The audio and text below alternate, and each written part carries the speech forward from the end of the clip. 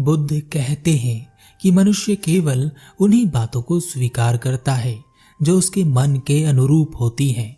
वह कभी भी ना उन बातों को कभी देखना चाहता है और ना सुनना चाहता है जो उसके मन के अनुरूप ना हो। जब कोई बात उसे बताई जाए जो उसके मन के अनुरूप ना हो, तो भी वह इन बातों में उन चीजों को ढूंढ लेता है, उन बातों को ढूंढ लेता है जिनसे वह अपने मन का स्वार्थ पूरा कर सके। बुद्धा अपने शिष्यों के साथ प्रवचन देने के लिए कहीं जा रहे थे। रास्ते में उनके प्रिय शिष्य आनंद ने उनसे पूछा, हे बुद्ध, आप इतने लोगों को प्रवचन देते हैं, उनमें से कुछ आपके साथ आते हैं, कुछ आपके विरोध में हो जाते हैं। जो आपके साथ आते हैं उनमें से कुछ आपके संग में सम्मिलित हो जाते हैं और कुछ वापस चले जाते हैं। जो आपके संग में सम्मिलित हो जाते हैं उनमें से कुछ ज्ञान को प्राप्त हो जाते हैं और कुछ लोग भटक जाते हैं। ऐसा क्यों होता है बुद्ध? आप जैसा गुरु पाकर भी, आपसे इतनी ज्ञान की बातें सुनकर भी लोग एक समान प्रतिक्रिया क्यों नहीं देते? बुद्ध ने उस समय आनंद से कुछ न कहा। बुद्ध एक गांव में पहुंचे और अपना प्रवचन देने लगे। अपना प्रवचन समाप्त करते हुए उन्होंने आखिर में कहा, जागो, समय हाथ से निकला जा रहा है। सभा समाप्त होने के बाद उन्होंने अपने प्रिय शिष्य आनंद से कहा, चलो थोड़ा सा घूम कर आते हैं। आनंद बुद्ध के साथ चल दिए। अभी वह विहार के मुख्य दरवाजे तक पहुंचे ही थे और वहां खड़े हो गए। प्रवचन सुनने आए लोग एक एक करके बाहर निकल रहे थे, इसलिए वहां भीड़ सी हो गई थी। अचानक एक स्त्री उस भीड़ से निकलकर गौतम बुद्ध से मिलने आई। उसने कहा, हे बुद्ध, मैं एक नर्तकी हूँ। आज नगर सेठ के यहाँ मेरा नृत्य का कार्यक्रम था, लेकिन मैं उसके बारे में भूल चुकी थी।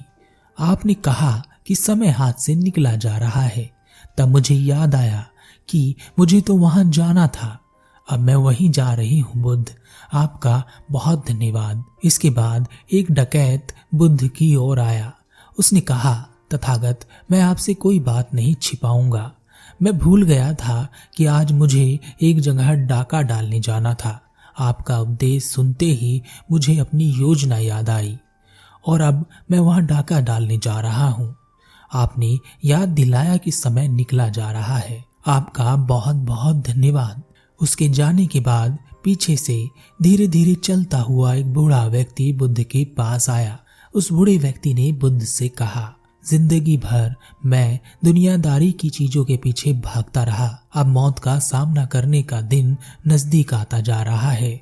तब मुझे लग रहा है कि सारी जिंदगी मैंने यूं ही बेकार कर दी। आपकी बातों से आज मेरी आंखें खुल गई हैं। आज से मैं सारी दुनियादारी का मोह छोड़कर निर्वाण के लिए कोशिश करना चाहता हूँ।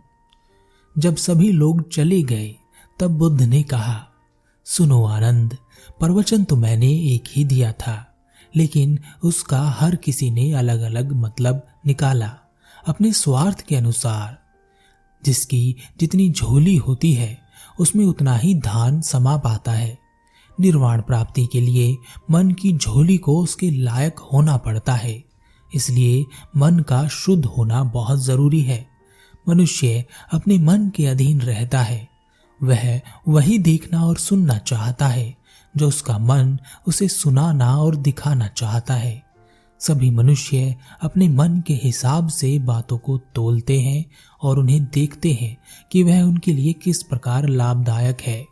वह सीधी और सरल बात समझना नहीं चाहते। वह केवल उतनी ही बात समझना चाहते हैं जितना कि उनका मन उन्हें दिखाना चाहता है या समझाना चाहता है।